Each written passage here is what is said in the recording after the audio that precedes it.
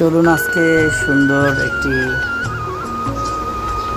ঔষধি গাছ দেখাই, যেটা সবজি হিসাবেও খেতে পারেন, আবার চাইলে ভর্তা করেও খেতে পারেন, খালি পেটেও খেতে পারেন।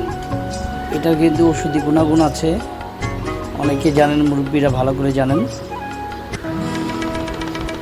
এগুলো ড্রামে চাষ করা হয়েছে, দেখতে পাচ্ছেন। এখান থেকে আমি তুলে নিয়ে যাচ্ছি আজকে বাসায় নিয়ে। এটাকে আমার ইচ্ছা কিছু কাঁচা খাবো আর কিছু বড়া তৈরি করব, ভাজা বড়া। খেতে কিন্তু খুবই সুস্বাদু, লোভনীয়। কারা কারা এইগুলো খেয়েছেন কমেন্ট বক্সে জানাবেন। খুব সুন্দর দেখতে পাচ্ছেন, যেহেতু চাষ করা হয়েছে, খুবই পরিষ্কার পরিচ্ছন্ন। এক সাইড থেকে কিছু নিচ্ছি, আর কিছু থাকবে, পরবর্তীতে আবার তুলে নিয়ে যাব।